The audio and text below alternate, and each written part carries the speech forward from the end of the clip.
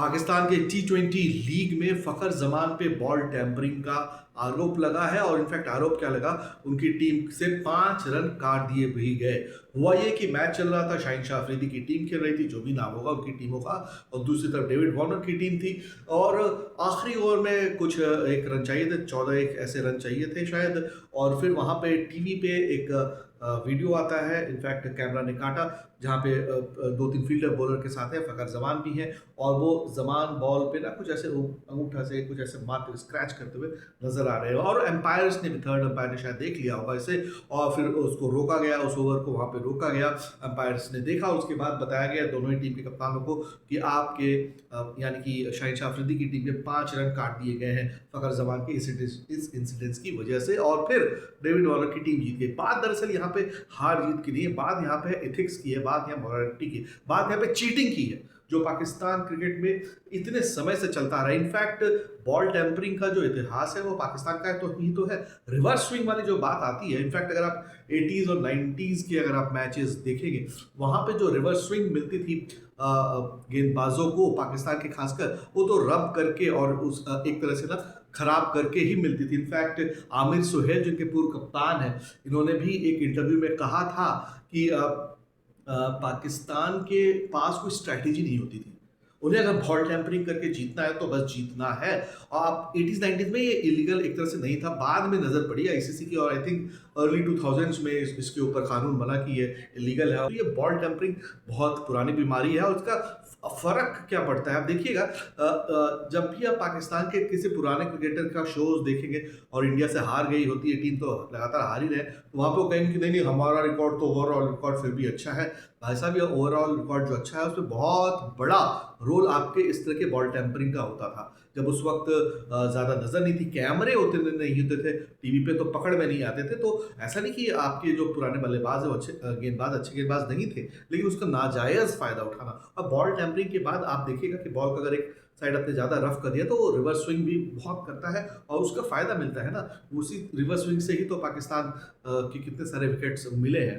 In fact अगर उनके pacers की निकालेंगे तो large quantity of the wickets because of reverse swing, because of ball tampering. और इंडिया के अगेंस्ट भी जो उनका पुराना रिकॉर्ड अच्छा रहा था, वो इसी वजह से था। और चलिए 20-25 साल में इंडिया कम मैचेस खेल रही है पाकिस्तान से, नहीं तो वो ओवरटेक कब तक कर जाते हैं, वो दूसरा इशू है। लेकिन यहाँ पे बात बॉल टेम्परिंग की, और इनफैक्ट मैं एज ए जर्नलिस्ट आपको ये भी बता सकता हूँ कि मैंने पाकिस्तान में भी क्रिकेट कवर की है, वहाँ पे सीरीज जा करके, और वहाँ पर मैंने देखा है कि पाकिस्तान के जो लोकल मैचेस होते हैं ना, वहाँ पर मैं रिपोर्टिंग करने गया था, तो वहाँ पे वो टेनिस बॉल क्रिकेट खेलते हैं, यानी कि बॉल के ऊपर टेप लगा देंगे, टेप बॉल बोलते हैं उसे, और उससे हरे रंग का टेप, इलेक्ट्रिकल टेप जो होता है, उससे स्विंग ज़्यादा होती है, और इनफैक्ट वो बॉल फास्ट आता है और इस तरह से।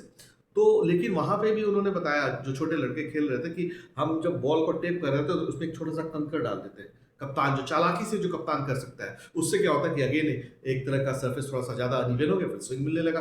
तो ये तो चीटिंग तो इंस्टीट्यूशनलाइज्ड है, जिसे कहते हैं ना, एकदम रग रग में ऑलमोस्ट बसा हुआ है क्रिकेट में। वहां पर बाकी चीज़ों का तो आप हमसे ज़्यादा जानते होंगे, लेकिन क्रिकेट तक ही मैं बात को लिमिट रख रहा हूँ। तो ये इंस्टीट्यूशनलाइज चीटिंग है, जो कि यूनिवर्सिटी लेवल, कॉलेज लेवल, गली क्रिकेट लेवल से शुरू होते हुए जाता है, और आपके उनके लोकल लीग्स में आता है, और फिर इंटरनेशनल क्रिकेट तक। अब तो चलिए आईसीसी ने इस पे नजर रखी है, तो लेकिन मेरा मानना है यहाँ पर सिर्फ 5 रन के फाइन से काम नहीं चलेगा, इसको पूरी तरह से डिस्करेज करना होगा। और इस तरह के इंसिडेंसेस में पहले क्या हुआ है, हमको याद आएगा 2-3 साल पहले जो साउथ अफ्रीका वर्सेस ऑस्ट्रेलिया का मैच हुआ था, वहां पे सैंड पेपर वाला एक इशू आया था, याद है कि जेब में सैंड पेपर, यानी कि जिसे आप दीवार वगैरह को रगड़ते हैं, सैंड लगा होता है, वो 2-3 खिलाड़ियों का, आई थिंक उसमें डेविड वार्नर भी थे, मिला था, और उनसे वो रब कर रहे थे बॉल को शाइन करने के लिए, और बैन लगा था इनफैक्ट 9 महीने का और 1-1 साल का। 3 खिलाड़ी थे, 1 साल से 9 महीने तक का उनके ऊपर बैन लगा था।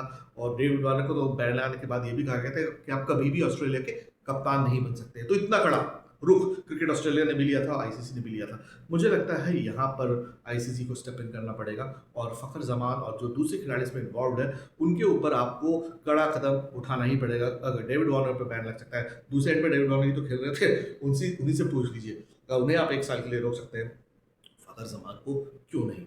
आज के लिए इतना ही। इनफैक्ट स्पोर्ट्सशास्त्र पे एक मैंने इसी से रिलेटेड एक दूसरा वीडियो भी डाला है, लिंक डालूंगा, जिसमें मैं बॉल टेम्परिंग के अलावा बात कर रहा हूँ थ्रो इलीगल एक्शन में भी किस तरह से पाकिस्तान की पूरी टीम 11 बन सकती है। तो वो वीडियो भी आप ज़रूर देखिएगा, यहाँ पे लगा दिया गया है वो वीडियो।